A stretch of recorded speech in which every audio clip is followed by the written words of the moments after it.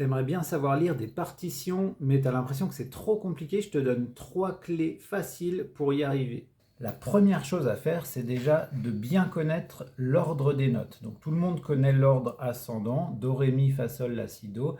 C'est important de le connaître aussi en descendant, do, si, la, sol, fa, mi, ré, do. Ensuite, il faut aussi comprendre ce que c'est qu'une portée musicale. Une portée musicale, c'est tout simplement 5 lignes horizontales qui vont nous servir de repères pour placer les notes. Les notes, on peut les écrire soit sur les lignes, soit entre les lignes. Plus la note sera en bas de la portée, plus elle sera grave, plus elle sera en haut de la portée et plus elle sera dans les aigus. Qu'est-ce qui se passe si on arrive en bas de la portée et qu'on n'a plus de lignes mais qu'on a envie de descendre encore plus dans les graves? On va tout simplement ajouter des lignes supplémentaires pour placer la note et on peut en ajouter autant qu'on veut. Une fois que tu as compris tout ça, il ne te reste plus qu'à savoir en quelle clé tu es pour pouvoir prendre tes repères. En général, la plupart des partitions sont écrites en clé de sol, ça peut arriver aussi que ce soit en clé de fa pour les instruments plus graves. Le premier repère qu'on va avoir sur la clé de sol, c'est l'endroit à partir duquel on dessine la clé, donc la deuxième ligne. Les lignes, on les compte de bas en haut, donc 1, 2, 3, 4 et 5. Donc la clé de sol, on la dessine comme ceci. Et du coup, sur la deuxième ligne, on va avoir notre sol. Si on connaît l'ordre des notes, on sait que la note qui va être juste au-dessus, ça va être le La. Et la note qui va être juste en dessous de la deuxième ligne, ça va être le Fa. Ce que je te conseille, c'est d'apprendre par cœur 3 ou 4 repères un peu répartis sur la portée.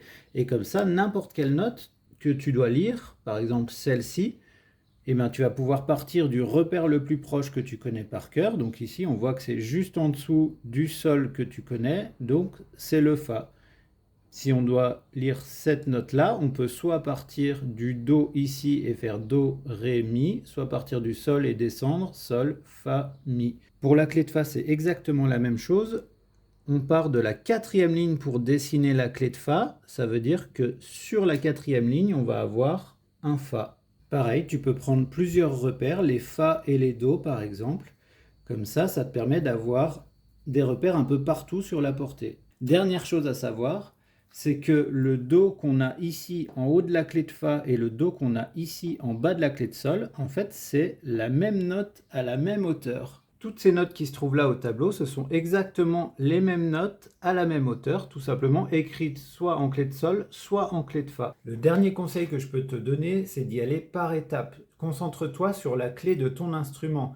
Si ton instrument est en clé de Sol, concentre-toi sur la clé de Sol et ensuite, dans un deuxième temps, apprends la clé de Fa si tu en ressens le besoin. Ça ne sert à rien de s'étaler et de mélanger les deux clés et de plus s'y retrouver. Apprends 3 ou 4 repères de notes et ensuite essaye de lire des partitions le plus régulièrement possible. En effet, comme n'importe quoi, la musique, la clé, c'est la régularité, c'est pas la quantité de travail que tu vas faire sur une journée. Si tu fais même que 5 ou 10 minutes, mais tous les jours, par exemple le soir avant de te coucher ou le matin quand tu bois ton café, eh ben, ce sera toujours plus efficace que de faire 1 heure le samedi et puis plus rien le reste de la semaine.